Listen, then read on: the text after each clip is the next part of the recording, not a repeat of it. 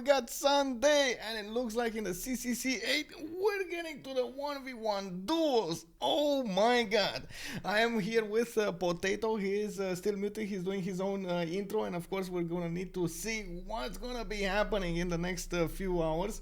Definitely, we got three finals that need to finish today. One, the 1v1 finals, the 2v2 finals that will be in an hour from now, and then the 4v4 man action-packed day. We're waiting for all of this with bated breath. We're getting into the scene right now. We do have the lobby up. We know who the players are. Ronaldinho, which is actually Roy Batty from the Civ Russian community, and then TaskForceFish. We got the big fish in the lobby. And of course, I do want to say hello there, everybody. Let's TV. Hello there, Sir Lumatix. Welcome, sir. Welcome. I do hope you're going to enjoy the show. A-Tech. Hello there. Bonsoir, monsieur. Bonjour, monsieur. Big Z 1992 did pick up that first promotion. Thank you very much, sir, for showing up this early in the morning. Let me see who was there. Oh, I did need to ban somebody. I don't know why people still insist on making commercials with bots. Man, no, don't get me started on that. It's fine. Okay, so I'm gonna unmute myself and see if Potato is available here. Hello, Potato. Hello, Michael. Good to see you this morning. I was just about to say I'm waiting for you Good to pop morning. in and give me your insight into this game. Good morning. It is a surprise for me that TaskForceFish actually managed to play. He said early that he's not gonna get to play it because some kind of overlap here in the timings. You've seen how the schedule is so closely tied together, and actually TaskForceFish was the one who made it so. We wanted to give more time, and he was like, no, we gotta get the 4v4 finals earlier in the day. And then we packed everything together.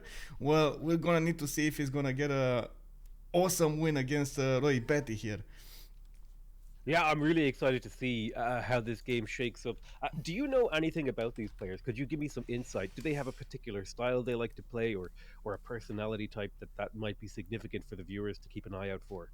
Well, I know very well TaskForceFish. I do know, and I've seen quite a few games from Roy Batty, but taking a look at TaskForceFish, honestly, he's a man of all tricks. I don't know how to say it otherwise. He knows extremely well the game, and he's gonna do whatever it takes to get the win. It doesn't matter if he's gonna go out of his comfort zone. It doesn't matter if he's gonna pick a civilization that he doesn't particularly know how to play. He's still gonna shine. It is one of the most he is one of the most valued players in our community here. But that's really, really great to hear. You know, it really is these final games. The teams are gonna pick their best players to represent them here, aren't they? Yeah, for sure. And Roy Batty, coming up from Civ Russia, again, he has been in the 4v4 scene for 2 years now, 3 years. He has been playing a lot of Civ, but not in our community, not in CPL. So that's why I don't always know about him. Him getting the spot, it tells me that definitely the Russian community holds really high esteem of him. He holds him in really high esteem, and of course he should be the one that will fight Fish today. Ooh, this is getting I am getting goosebumps. I don't know how to say it otherwise. I'm getting goosebumps about what's gonna happen. That's really interesting. Now, Zona Control and Civ Russia, they're members of two different Civilization 6 communities that have come together here today in this huge tournament that's been taking place this whole weekend. Are there different styles in the disparate Civilization 6 communities? Is there like a Russian meta? Is there I don't know what community Zone of Control is in, but are there different metas across the different communities? So TaskForceFish, Zone of Control, is mostly coming out of CPL, while Civ Russia comes out from the Slav League, CSL. They have been playing a lot in CPL also. That's how they started, and then it just merged into their own they merged into their own community because they wanted to speak Cyrillic, and in our community it was mostly English. That on the other side, I do feel like At the moment, the Russian community is a bit more aggressive. But honestly, thinking like going through the thought process here and seeing what Task4Fish will do, he's and thinking back on other games and so on, he's also extremely aggressive. He's gonna take whatever chances he's gonna get to nail a builder, to get a settler, to poke his opponent, to get a pillage, anything that he can do to counter his opponent's shine. So I think both of them at this point, I can't say they do have like different styles. They're both men that will do whatever it takes to get the win. It doesn't matter if they need to go out of their way or not. Interesting. It's crazy that the thing about a 1v1 game, and correct me if I'm wrong here, is that normally there's a little bit of diplomacy, like, oh, I won't attack you, I won't pillage you, because you might have 3 or 4 people around you. In a 1v1, it's winner take all. Like, if you see an opportunity to step on an enemy scout or an enemy mine, you take it. There is no hesitation. Any damage you can do, any aggression, everything is on the table here. Yeah, for sure. And this is exactly why we like the 1v1 finals. It's gonna show us what the players can do in terms of predicting the future, in terms of seeming while worrying, in terms of standing on their own powers here. It is something that we always like to see. The games are usually much how to say, much harder than the FFAs or 4v4s, and that's one of the reasons there aren't a lot of players that prefer the duels. You do need to have a certain composure when going into these games. And it looks like we got the first pick here. It is gonna be Gorgo. So Gorgo tells me that he wants a strong early unit that can counter any fast horseman and also fight on its own. Would that be correct? Yes, for sure. I would like to even go further with this and say Gorgo, late game Gorgo, if you remember yesterday, was amazing. We actually 2 days ago when we saw those how do you call them, the +5 coming up in the late game, because he got the 4 military policy slots, and then the 1 from Alhambra, and then he had fascism very early, and then he had like the army really early and everything. Yeah, it was amazing, especially because Gorgo's unique ability gives her extra combat strength for every military card she has. One quick thing, Michael, before we get into the game. Yes. I'm getting a little bit of crackling from your microphone. I don't know if you can fix that. So sorry. Oh, give me a second.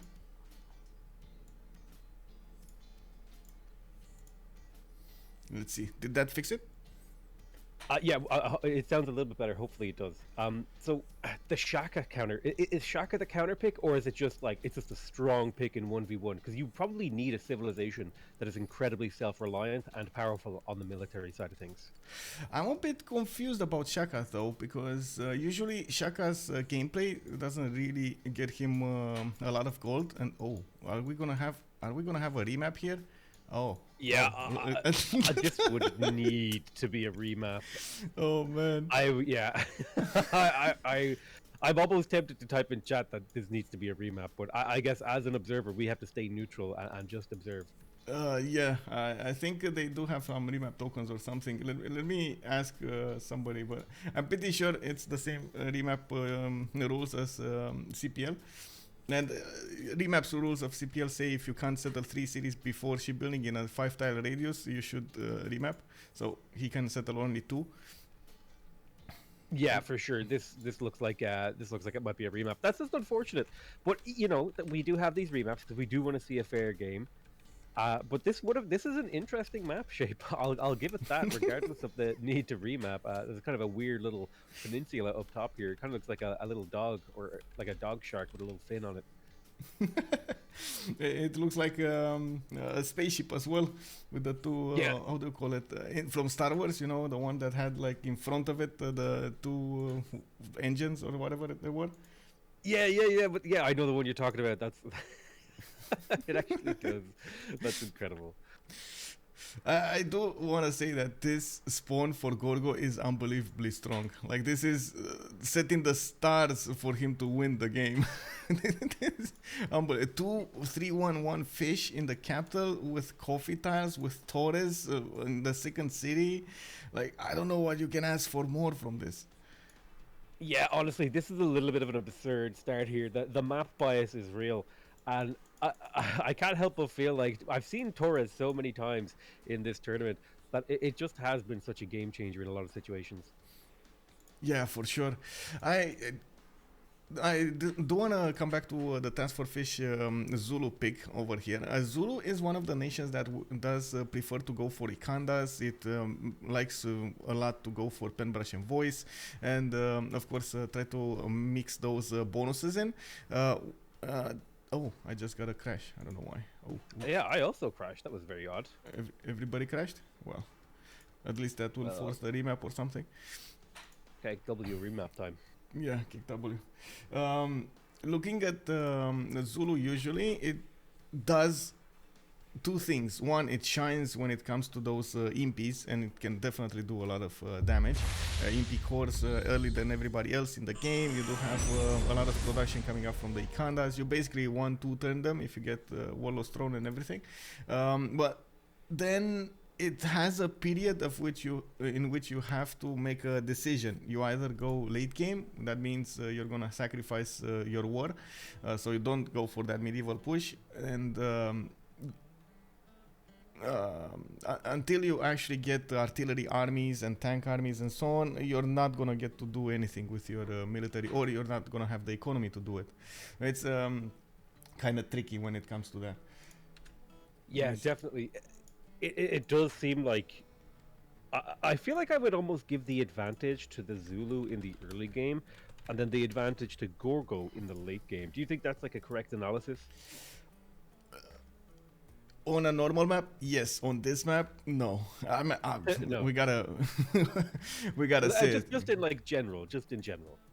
Yeah, in general, I would say actually, I would say both have an advantage. Those hoplites are really strong. You don't want to handle, even if they got nerfed to +7, they're still really strong. Really? Wow. Yes, Zulu does have a bit of an advantage when it comes to its early cores, as in the medieval one. But I've seen Zulus actually taking a beating at the beginning if somebody rushes them with horses and very early units. You might be right, actually.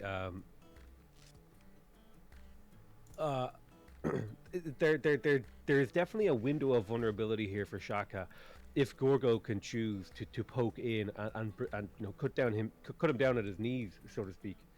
Yeah, exactly. It is surprising. You think, of course, Zulu, very warlike nation, he should be up to the challenge of any time and anything. But most of the time, when players do prefer to put down their Ikandas and finish barracks or stables in them, and do all of those things before they do anything else, that kind of opens them up a lot in the game. Oh, wait, we do have a respawn here. Oh. Yeah, I think this respawn looks a lot more favorable. No more Torres, but definitely this looks like a fighting kind of match now. Okay, so that's why we dropped here. Okay, yeah. This doesn't look anymore like one of those instant remaps. Okay. Whew. Danger averted.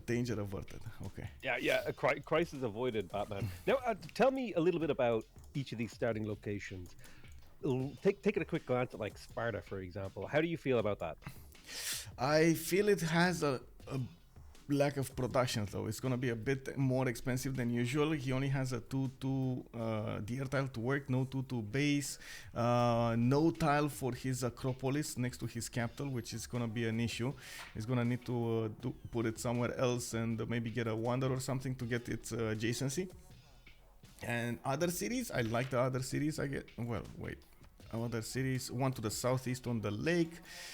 Again, not that big in hills, so I don't know. This doesn't look like extremely ideal situation. Seeing this after the remap, it is 100 like on the other on the opposite side right now. Not that much production. We don't have a lot of other good cities. It looks like Gorgo here will have to make do with whatever he gets his hands on. It's gonna be a challenge. Yeah, definitely. It looks like it's going to be a challenge for both players, to be honest, because I don't know if I would say that these are excellent starts. I guess the Zulu does have that brilliant 3-1 fish tile, but I don't think that's enough to really carry you. I think you need a better start out of the gate here. I think the thing we can say here is, though, that it seems like both players are going to equally struggle in the early game, which might be more interesting to watch than if both players had an amazing early game. It would be interesting to see how they adapt to the slightly lower quality starts.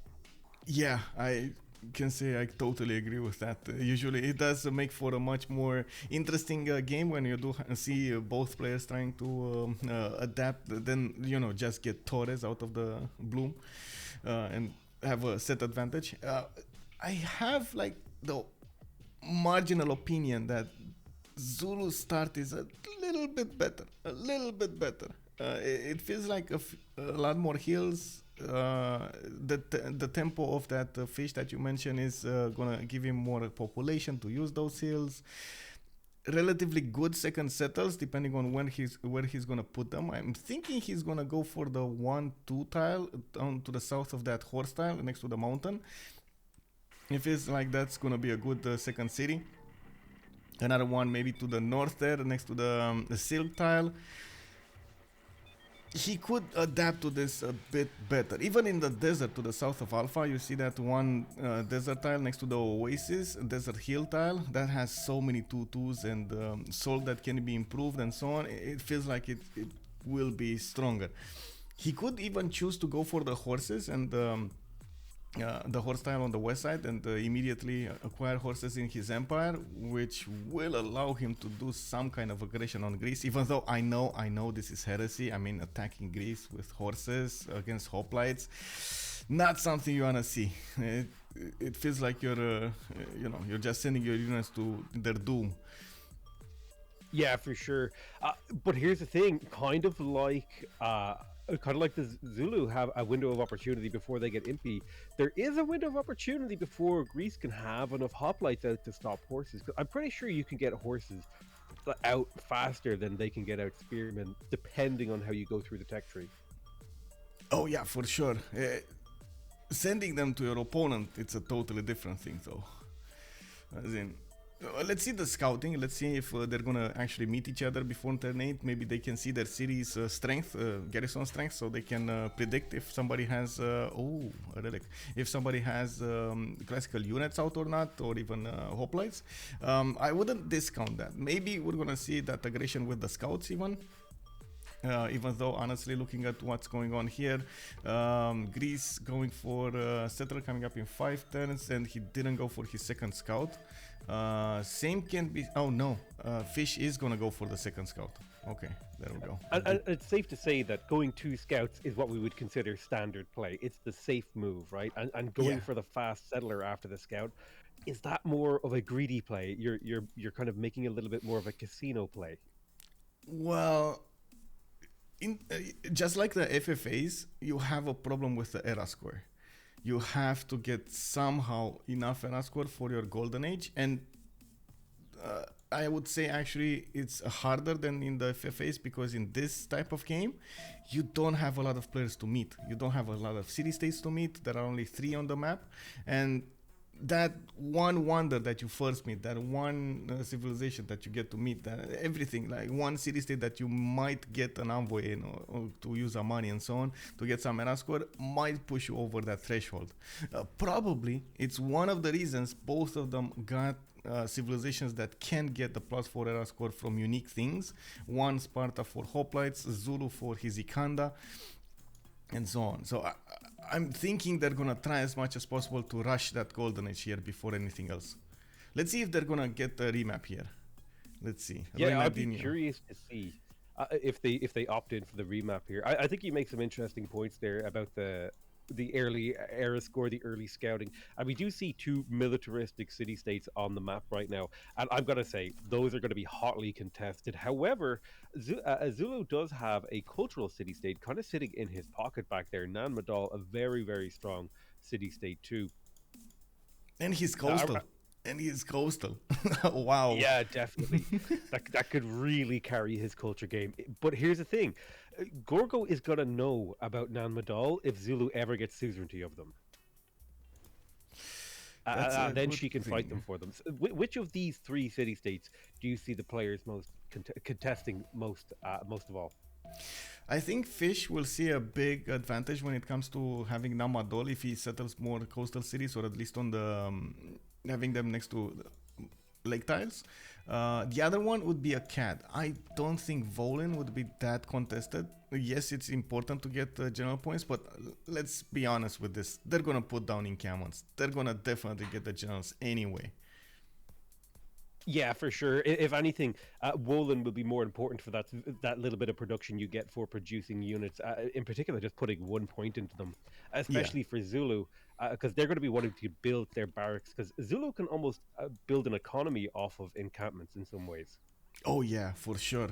Couple that with pen brush and voice, it is gonna be a very very productive way of getting his units out. I was just having a little bit of scan around the map. There is a Torres in this game. However, it's in a completely sort of inaccessible position, so it's unlikely to affect the outcome of the game. Are there any other natural wonders on the map right now that you think might have an impact? Mount Vesuvius to the northeast of Sparta, and I was trying to figure out where is that Torres. Oh, I see the Torres. Okay, that's probably not gonna be settled by anybody. Okay, Mount Vesuvius is actually 5 tiles, 6 tiles away from Sparta to the northeast towards Akkad, and it didn't blow up yet, but it will 100% blow up throughout the game. So getting a city there, getting to benefit from those tiles would actually be an interesting adventure here for Greece. Oh, there we go. It just blew up. And just as we were talking about it, it erupted. And it might look like Greece is actually heading up there right now, because I think Yeah. Greece is aware of Mount Vesuvius. And I mean, if you've got this kind of relatively weak start as Greece, you're going to be very happy to see those extra yields on those tiles. Oh, for sure. Extra science, extra culture. You know it's gonna go off quite a few more times throughout the game, so you might as well benefit from it from the beginning. It Now, Greece wasn't. has. Sorry. Go ahead. No, go ahead. No. Go. I was just going to say, Greece has popped out their first settler here, and they've opted to go for a second builder instead of another settler. And Zulu has gone straight for two settlers. Is this just a case of where Greece says, you know what, I need to improve some tiles here because my production just isn't good enough?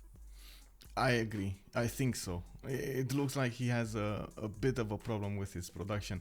And looking at what he's choosing to do right now, he's working on the 2-2 horse and, of course, the deer tile. Could have worked a little bit that banana, but just a lack of production would have delayed everything else. Maybe he's gonna go for iron. Let me actually see in the tech tree. Yeah, he's going. Both of them are actually going bronze here, rushing bronze as fast as possible. So he will get iron tiles worked. He will probably get the improvement on the horse for a pasture. I don't want to discount the possibility for Temple of Artemis here. It's not bad. We got a lot of plantations. We got a lot of pastures. We got camps. So it looks like it will also be powerful. Is he actually gonna sacrifice such a big production from his early beginnings? I don't know. I don't know. Yeah. Oh! I see. You see Greece. You see Zulu. No.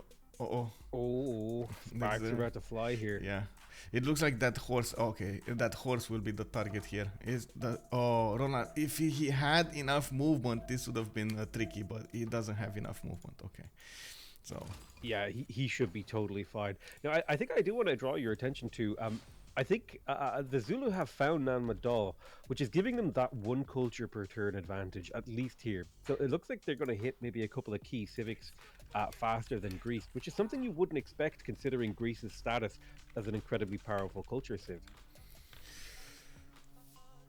Yeah. Is that likely to have an impact on the other game?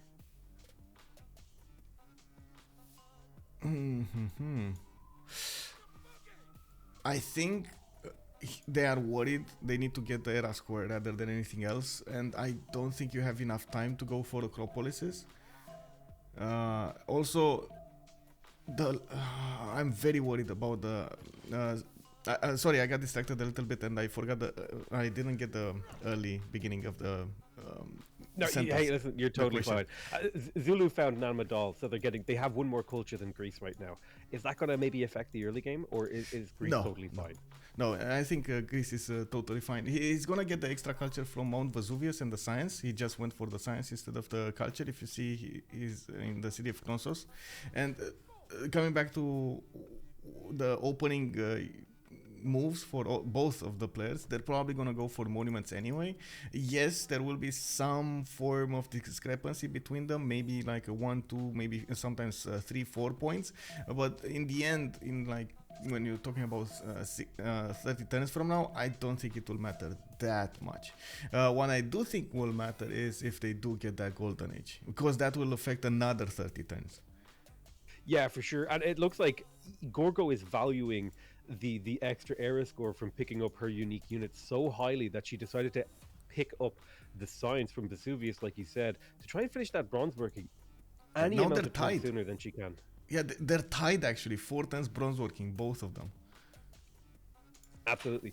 And both of them here are going to pick up 4 era score from building of something from bronze working, which is probably why they're favoring it so highly right now. I think so. This is gonna be a problem. If you take a look, we got Roy Batty on 13 out of 19 points. TaskForceFish is 9 out of 19 points. And at the moment, they still have what to build to get those extra era score points, but will they get the opportunity to get those? I do want to say this is, I think, the first game in this CCC that we actually get to make a prediction on our channels, by the way. If you didn't do it, I really suggest we get the community involved right now, all of our viewers, to vote and win more points. Oh my god, you're actually right. Hold on, I'm going to run a prediction right now.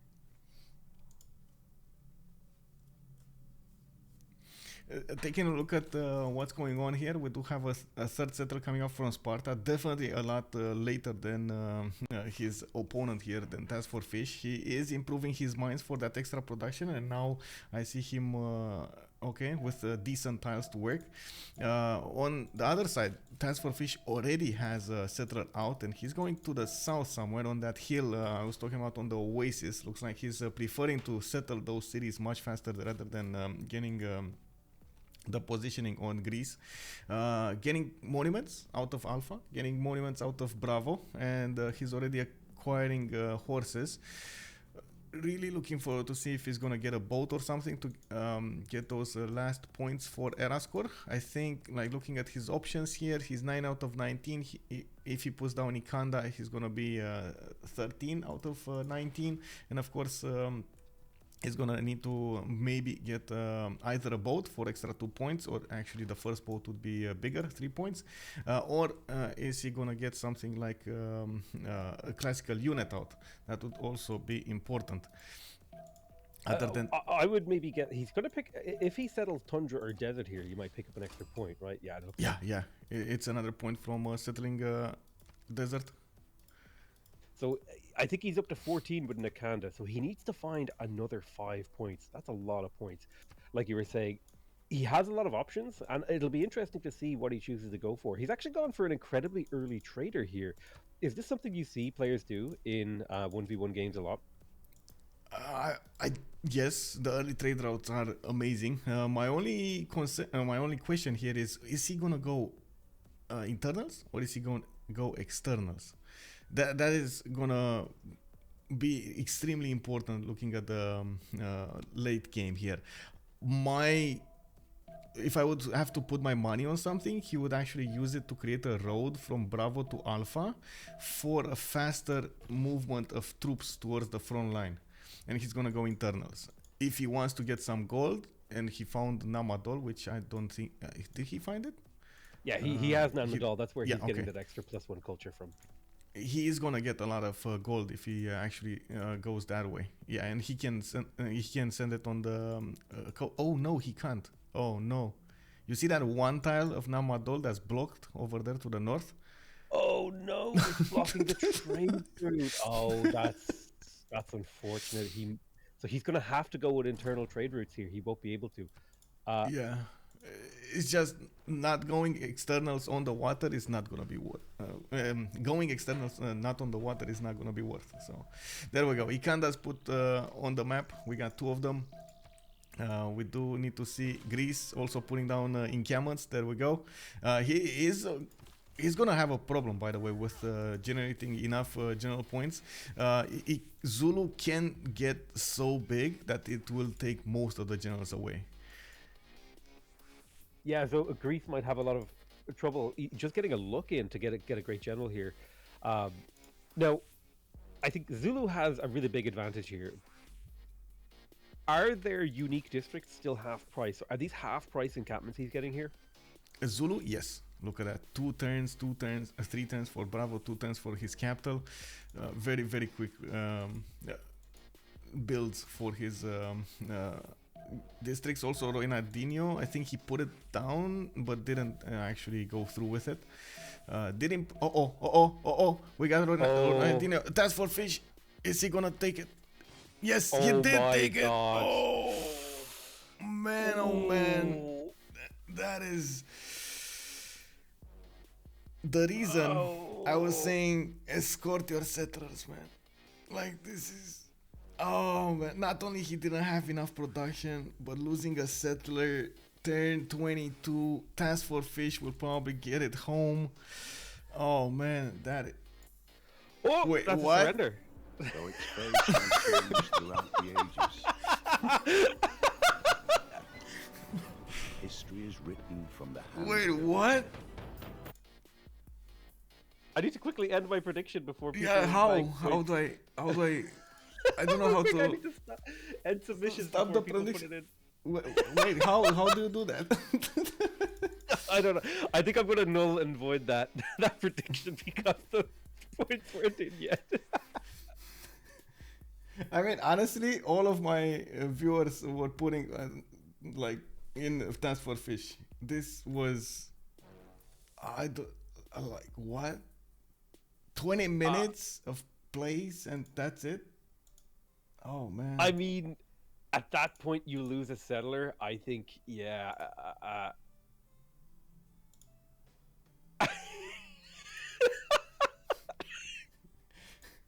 I never really expected that we would actually see it, but I guess anything can happen even at the highest levels of play. Yeah, this is unbelievable. I would have thought he's gonna try to make it through, but honestly, indeed, TaskForceFish getting such an advantage from the beginning, that was like he would be on 4 cities, at least 2 cities more than Greece. Greece didn't have enough production to begin with. Like, everything was a bit weird. That is quite something. One of the things we don't see that often. CC turn 23. Can you imagine in the finals how strong TaskForceFish goes out of this tournament? Yeah, that's insane. That's a story you'll be telling forever. Is about the time that you snatched a settler on turn 2022 and managed to win the finals in the CCC. I kind of don't know what to do with myself here, Michael. I was settling in for like a 2 or 3 hour game. Yeah, me too. And, coffee and everything and some snacks. I was ready to go. I ate a big meal in preparation. Like, I'm not going anywhere. I'm here to watch this whole game. Let's see. So we do have the finals in the 4v4 finals later on in the day. I still have my doubts if we can get the 2v2s, because we're right on time though. We could get the 2v2s. My biggest question is, and I think we should be open to the community on this, if we start going into the 2v2 finals and they don't end before the 4v4s, we won't get the opportunity to come out of the 2v2 finals and go into the 4v4 finals to see them. So I think it's much better to go for the 4v4 finals than actually staying for the 2v2s. Maybe you have some read on this. Also, TaskForceFish wants some post game. In the meantime, we can talk about that also. Yeah, let's do a post-game interview. I think you're right. I think we should go for the 4v4 finals. I think that's the big sign-off for the whole event here, and that'll be the most fun thing for the viewers to see. So we'll do a quick post-game interview and then do that, I think. Okay, let me go into the casters one, and I think I'm gonna drag you up. Give me a sec. Yeah, if I can find. Hello, fish. Hello. 1 second, so I can. Okay, there we go. Hello. Yeah, I found it. Okay, cool. So that was a lot shorter than I was expecting. Yeah, for sure. You. I didn't even see that you were taking the settler. Yeah, I stumbled upon it. I was focused on protecting my encampments and my trade routes in my base from his scout that was coming in like last minute, and my scout had like last moved into the coffee in his cap just to get a peek, and like he declares war and it kicks my scout above, right? And then like I look over and it's just standing next to a naked settler. Oh, I thought you declared war. Oh no, my god. He did. He declared war to go into my borders to try to block my encampment. But my scout had it protected. But that's what I was looking at. And again, like I didn't declare war. He knocked me out on the unfortunate side of the borders, and I just kind of like there was nowhere he could go to as well. Like if he moved anywhere, I could catch it. That is so unfortunate. God, Yep. I don't even know if I want to call that a rage GG. I think that was just like I can't believe I got screwed so bad. I think it was a rage GG, yeah. But well, he wasn't enraged per se. He just thinks that there's too much tempo lost. That he was saying he said he cannot really bounce back from that because I think mainly that I get to keep the settler as well. Yeah, for sure. There's no way he could have taken it back because you were just like his warrior was over by Bravo, I think, last I saw it, and that's a bit. I mean, maybe he can intercept it, but again, like I could just go in the tundra with the settler, and then it's just rough. Like that's a lot to come back from. I do want to ask you, like, what was your thought process going into the game? Like, why did you pick Zulu? So Zulu's a really good war civ for like a lot of reasons. But mainly Gorgo gets a lot of culture and it has a combat bonus that starts to pick up later, like with monarchy, fascism, all that stuff. Yeah, for sure. So I need something to counter that war package that Gorgo has. Is it basically just that Zulu has the tempo to compete with Gorgo's early military combat advantages? Oh yeah, tempo, you get really fast encampment, so free housing, and then you can build you make up for that, like with Pen Rush, like you get free culture and gold. Your buildings give you extra culture, and if you're going to war, if you're going to be fighting a lot, like Zulu's a civ that's going to have, it's going to have that advantage from building like its unique district and its unique unit. While Gorgo can't really use the unique district as early. If it has to go encampment, it's awkward, right? Because your capital wants to build like an encampment and then like a government plaza, not really the Acropolis. Yeah, that's the interesting thing about a 1v1. You kind of have to go encampments, right? Because those great generals, that production towards military, it all is just so incredibly important to actually just survive and then actually maybe sim a little bit. It also has to be a healthy distance. Like if we're really close, he's gonna kick my ass because hoplites are really good at close range. He could just spam him, and I would need swords to defend, and that takes 10 iron each. So it's a bit of a gamble, right? Like if I'm too close to him, I'm in trouble. But if there's a healthy distance, then I can survive until like Impy, and then Impy core spam. Like that's just he can't defend against that easily. So that's kind of the sweet spot, and it looked like we had some good distance on that map. Yeah, for sure. You guys had enough distance between you, and then it's kind of like a role reversal. Then once you get to Impy cores, he kind of needs like what, muskets, and then that's even then that might not even be enough. Is there a counter to the Impy spam, or is it just sort of a ticking time bomb in a 1v1? I think because of you can just kind of throw away the Impy. They're so easy to produce and so cheap, and like I could trade 2 for 1 at that stage, I think, and it doesn't matter. Like he can't keep up if I do it right. That was the plan, but I guess we'll never know of that. Yeah, we'll never know because the roll of the dice there just handed you the victory, and in some ways I'm a little bit disappointed. I am too. Yeah, I guess it does help because I've been like liaising with my team. We were bouncing back and forth if I was going to play this or not, because I want to play a game later today. You know, there's a lot of cool game modes later today, so Yeah, I didn't want to be stuck in like, you know, we're in atomic information age and slugging it out in a duel. You are Yeah, for sure. extremely close in points with Cars and everybody else. What do you think about the endpoint here? Do you think you're gonna manage to keep your first place like you did in the last few days? I don't know if we'll get the first place. We'll see. We'll try. We'll Well, I keep mean, at the it. points from this game, from this free win you just got, that's gonna help. It will, yeah. I think it'll help us maintain our top placements, but yeah, I don't know if we can. See, Jess and I were visiting family yesterday, so we couldn't really play at all. Like, I squeezed in a duel early hours, and then just was busy all day. So we missed out on some games that could have helped, I think, because we fielded we have a great clan.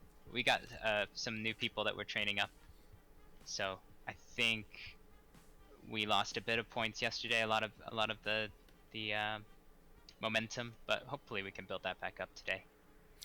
What do you We'll think see. about the upsets in this CCC, by the way, with D2 coming up from the French community so strong? Barking Cats seemed like they could have done better looking at their player pool. What do you think of that? Yeah, it's great to see. I'm glad that that these French clans are kicking ass. Or the D2 one. Big fan. So we'll see how high they climb. But yeah, I was expecting Barking Cats to be like way stronger. So far they've been good. Like, but you know, that's it. Like, there's an element of overconfidence you can have in this game, where it's like if you're not respecting threats well enough, right, then they can surprise you and take the rug from under your legs. For sure. Do you like the new achievement system for getting wonders, for getting different actions in the game that are weird? It's interesting. I think I'm a bit biased because at first I was like, I mean, come on, this isn't really about competing now. This is being silly. But then, you know, the very first game, I am in a position where I can do like almost all of them in one game, and so I don't know. It made me like it more just doing them all and still like going for the win. But it's unique. I overall positive, but I can see where people can get frustrated with it. And then there's a degree of you'd have to be careful. Like, I guess obviously if the game is gonna go to like 140, 150, then everybody's like the top people are always gonna complete the civic tree. Yeah. So Yeah, I for don't. I sure. think there's a couple of them that could be tweaked. Like, you know, it should be like before turn, you know, 120 finish the tech tree, or maybe 130 is more realistic. I don't know, but you can't just be like automatically gonna happen without much effort type of thing. You have to have them be Yeah, I get acknowledged. you. It's almost like some of them are just like, if the game goes long enough, you get bonus points. Yeah, exactly. So and that doesn't seem right. Like, some games have to be called for technical issues. Some people, I don't know. It's a tough game to make super fair. Obviously, like, you just saw a game that was arguably unfair with just how my scout got pushed next to his settler, and then you know that kind of RNG elements. And to a degree, like, that's random. That's, you know, luck. It is also like he should have probably kept a unit back to escort it. But I don't know. I like overall though. The achievements are cool. I'm excited to maybe I can contribute a couple ideas for next time for a few achievements people can compete for. Yeah, I definitely think it's you know, you could implement like it be a parallel scoring system whereby, you know, the team that gets the most points in this achievement category, they get like a separate bonus or a separate prize or something. You know, there's lots of ways that it could be done, but it's interesting to hear your perspective on it as a player. Yeah, I think it's practical. You can do it. Like, this is a good system, I think, for this kind of 24-hour weekend event. Like, it adds more elements. It gives people like fun mini games. in the game. Like, obviously, if there's like Goliaths in your lobby, and you're like a average player, you don't have the time to sink like hours and hours into this game to become really, really good. You still want to, like, you still enjoy it, you want to compete, and it's kind of nice to have like that side quest that you can feel like you're really helping, which you are, like, and also yeah, bringing home some points for your team, and not, yeah, it's keeping it, exciting and fun. So big fan overall, I'd say. After talking about this more actually with you guys, I think I've gained more appreciation of it. Just thinking through it more. I like how this is a new addition. Cool. Well, the CCC, it was meant to be competitive and fun at the same time. That was the goal that we were aiming for. So I hope it achieves both. Yeah, and I think it has achieved it pretty well so far. I've had a great time, and I've seen some really, really fun competitive games. Task, you've said you played in a few games. Is there a standout moment in the tournament so far for you? Or in the event, rather? I mean, I loved how I started off with the Free Sim Germany. Got to, like, great tempo, great great development on everything. Got all my districts down super early. That was really fun. Yeah, some of these duels have been really close. I played one against Malm earlier today, this morning, like 5 a.m. my time. Wow. And it was Wow. it was rough. It was rough. I was still waking up and strategizing. Yeah, that's that where was the so misclicks start to settle in when you get this 5 a.m. Honestly. game on. Yeah, or you just forget. There's some very important things to miss that you can miss. But yeah, that one was really close. I tried a little bit of a gamble here and there in that game, and it turned out like he went Poland, and I should have banned it. Usually you should. Well, a lot of the time in a duel. But I took a gamble. I tried to counter it with Rome and rushing reliquaries with no relic. it was like it hurt him, and it hurt him a little bit more than it hurt me. And so that's kind of how you have to see a duel.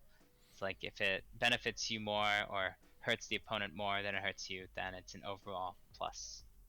Yeah, if you're in a duel, you have no choice but to play certain Civ's game, right? Mm-hmm. And so that's an interesting insight. Is that I'll essentially light my empire on fire just to like let the smoke blow over your empire. Exactly. Oh my gosh, exactly. I super appreciate your insight as a player and your candidness, and it's been a pleasure to talk to you. I don't really have anything else to ask you. I don't know if OnSpot wants to keep chatting away. No, I just want to say thank you, Task. It was an unbelievable 23 turn win over here. Thank you guys so much for casting and the chat. Always appreciate it. It's great to see casters showcasing this great game. Yeah, and it's great to see pleasure. amazing players with a passion for the game come together like this. Thank you so much, TaskForceFish. All right, see you guys. See you. Well, there we have it, Potato. Turn 23 win in the 1v1 finals. Oh my god. Yeah, I don't think either of us expected that going into the game, Michael. No. But I guess we'll be back for the 4v4 final tonight. What time is that happening? How many hours from now? Let me actually take a look over here in the schedule. It should be 4v4 finals. That's actually the last game. It's 1700 GMT. So that is in 7 hours? No, 5 hours. 5 hours. Yeah, so 5 hours from now, set your clock, set your reminders. 5 hours from now, there will be an incredible... people are wanting us to do a 1v1 right now, but you know what I'm going to go do, Michael? I'm going to go take a nap. It's I'm fine. going to go rest up and be ready. Get your energy up. I need to also eat something. I didn't manage to eat anything in the morning, so my stomach right now is... Yeah. My stomach is also doing the same. Maybe one day we will do a 1v1 to fill time, but I don't don't think that's Yes. going to be today. It's been an absolute pleasure casting you. What it may have actually be the fastest 1v1 game in Civ 6 history, at least in a competitive scene. And I'll see you in 5 hours for the 4v4 finals of this entire event, where we get to crown the winner of the CCC. Oh my god, I can't say it. You say it, please. CCC8 edition. Thank you. You really helped No me out problem. there. Do you need a link for the OneDrive, or maybe you want to share it with? Let me actually share it in the channels over here. Yeah, so, if you throw me the link, I'll share it to my community so people can check out the scores and stuff. yep. I think I shared it. It's fine. My cat, when we were doing the interview, really wanted to be pet, and he just slammed on my desk in front of me, and he was like, "Pet me, pet me, pet me." But you gotta love pets, man. They get in the way in the most perfect moments, and they're so distracting. But God, you can't help but love them. Yeah, exactly. Okay, so yeah, I'm gonna buzz off here, Michael. Pleasure to see you. Pleasure to talk to you. I'll catch you later. same. Have a good nap. Bye bye. Catch you later, man. Bye bye. There we have it, guys. Turn 23 win. Oh my god, I can't get that out of my head. Turn 23 win. Unbelievable. We're gonna need to wait for the finalists to show up over here. We don't know exactly who's gonna be in the final 4v4. We're still waiting. I'm gonna do that. I'm gonna wait for it to show up, and then I'm gonna do an announcement on my Discord, exclamation mark Discord, if you wanna join over there. And of course you do get my schedule for the week and my upcoming games all of the time. Sometimes, unfortunately, I do get them a little bit late, especially like in the last few hours, last few days. It's been quite chaotic. Definitely not one of my normal schedules over here. Marathon Gaming CCC8. We're about to see the final game in 5 hours, the 4v4 finals. Unbelievable. Just a quick rundown of the points over here. We still have a lot of games that need to be introduced into the Excel sheet over here. We're waiting for Menjak, for Ogothy, for everybody else to get their to get up, and of course start to introduce all of the games. At the moment it looks like Cars has the first place with 2170 points. We got Zone of Control coming up second with 2009, but they didn't win the 1v1 finals here. D2 1884 points. CivRU with 1855, Barking Yats 1832, the Germans 1799, and Gilga Quit with 1772. Next one up would be ZoC with more than a 200 point difference on 1500 points. You can see very powerful clans are coming and so close together in this tournament with so few points between them. Actually, taking a look between D2, CivRU and Barking Yats, they're like in 50 point difference between them. That is quite something. 100 points if you take into account the Germans. 100 point difference between them. And then boom, the two juggernauts over here, Cards and Zone of Control, fighting for supremacy for the first spots. You've heard a little bit from TaskForceFish, had a lot of knowledge and a lot of insight to share with us, and I do believe we're gonna see some more of him in the games. I do have to close this up, and we're gonna see each other in 5 hours for that 4v4 finals. Thank you very much for the follows. Thank you very much for your support, for your for the subs and everything. Like I was saying, if you do want to have a first-hand information, exclamation mark Discord over there. I do try as much as possible to keep everything updated, and of course you do get the upcoming games channel, the OnSpotTV streams channel, and everything. I also try to keep my stream up, like Twitch, updated with the upcoming games, but sometimes it just doesn't, like, there are delays and stuff like that, and it takes a little while to update everything. It's just too many things to update at the same time. I wish I had a button in which I just enter something and it, you know, it just goes everywhere. But anyway, that's something for the future, and maybe I'm gonna find that way at some point. You know how technology is, from one day to the other you get more and easier things to use. Thank you very much, guys. Ife1, by the way, thank you for the follow. Hyphen8 and the Hyperbola, Hyperbola, thank you very much for the follows today, and let's see each other in 5 hours. 5 hours. Bye.